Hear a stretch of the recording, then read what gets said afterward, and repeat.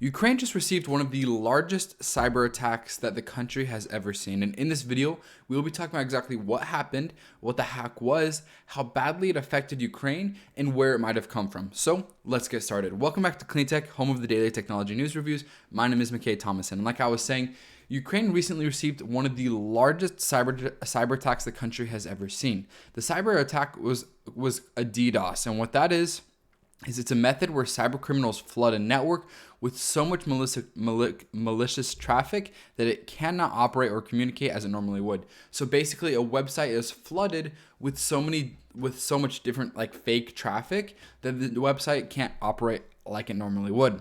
Now, the interesting thing is the websites that were targeted were so normally it's like an IT system, but however, this attack on Ukraine was in its Ministry of Defense and Armed Forces and those of two prominent banks. So military aid, like military websites and national websites, and then you also had two prominent banks, which obviously you can call issues. Those were down for parts of Tuesday, but they were back up on Wednesday, according to CNN, from the journalists in Ukraine. But however, the DDoS attack is still ongoing, and it doesn't come with an incident that recently, if you've been looking at the news at all, there has been a lot of drama going on, as you can see from the pictures here, with Russia and Ukraine, with Russian soldiers and troops lining the borders of Ukraine, posing for what looks like an invasion, although Russia has never specifically said that's what they plan on doing. So you can kind of connect some dots. They were hacked earlier by Russia a few months ago, so they haven't been able to clearly identify that this hack did come from Russia, but it does look like it says right here, as a result, a massive hacker attack on the night of January 14th, 2022. The web pages of the government of Ukraine were shut down. The attacks were carried out by a group affiliated with the Russian and I always mess up this word, Belarusian special services, the Ukrainian intelligence report said.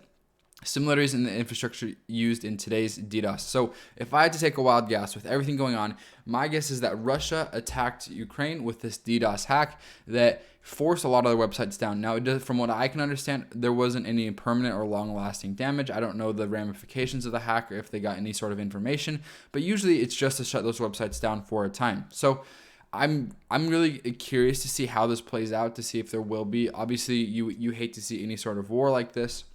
But like I have been saying in the past couple of weeks and months is that if there ever is a war, it largely, I believe, will be a large part of it will be cyber warfare like this. Like being able to cripple a country's national defense websites as well as banks is a pretty big deal. So that's one of the hot topics in the news today is the fact that Ukraine had a huge cyber attack, and it was what they're saying the largest of its kind in country's history. So that is that. The next thing I want to talk about is actually a really cool technology that should be able to keep your home and family safe. So this is called CleanRouter. And CleanRouter is the ultimate parental control. So if you want to keep your friends and your family, any way that connects to your Wi-Fi, if you want to keep them safe from whether it be cybersecurity hacks or just from the malicious things that can enter into a home on the internet, then CleanRouter is definitely for you. Any kind of parental controls you can think of, time restrictions, keyword blocking, and also any device that enters into your home will then be filtered out by it. As you can see here, it's a simple illustration that you plug in the CleanRouter once right here, and all of these different devices are filtered out. It's super easy to use. There's 7 different layers of IntelliFilter, and it logs all activity, so you can daily email report of which device was on which website. You can also, like I said, enable time restrictions, the emailed report, and you can also block keywords. So I will definitely leave a link to this down in the description. Feel free to check it out. And I hope you guys have enjoyed this video. And like always, see you next time. Happy tech reviews.